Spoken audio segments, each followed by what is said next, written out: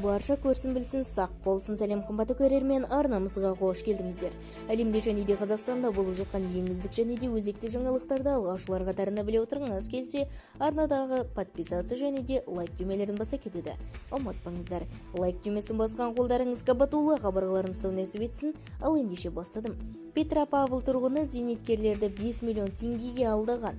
Петропавлда 5 миллион теңге көлеміндегі екі алаяқтық дерегі бойынша күдікті ұсталды деп хабарлайды Полиция.кз. Полицияға Петропавл қаласынан 67 жастағы тұрғыннан алаяқтық фактісі бойынша өтініш түскен. Зейнеткер алаяққа алданып ақшасын беріп жібергендігін айтқан.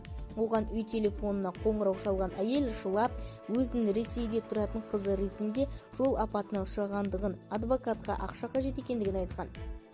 Сол сәтте оның телефонына өзін адвокатпенен таныстырған алаяқ қоңырау шалып, 2 миллион теңге көлеміндегі ақшаны такси жүргізушісі арқылы беруін сұраған делінген хабарламада.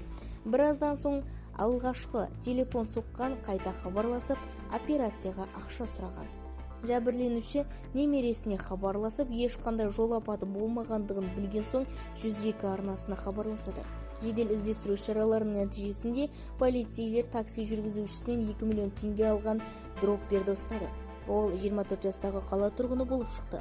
Оның тағы бір осындай алаяқтық фактісіне қатысты барына анықталды. Бұл жағдайда 88 жастағы Петропавл тұрғыны 3 миллион теңгесінен айырылған дейді полиция. Қазіргі уақытта тергеу амалдары жүргізіліп жатыр. Күдіктіге ірі көлемдегі айыппұлды бастап 4 жылға дейін бас бостандығынан айыру жазасы қарастырылған. Толық нұсқада арнамыздан біле аласыздар. Арнамызға жазылып бір ғана лайк түймесін басыңыз. Сау, саламатта болыңыз.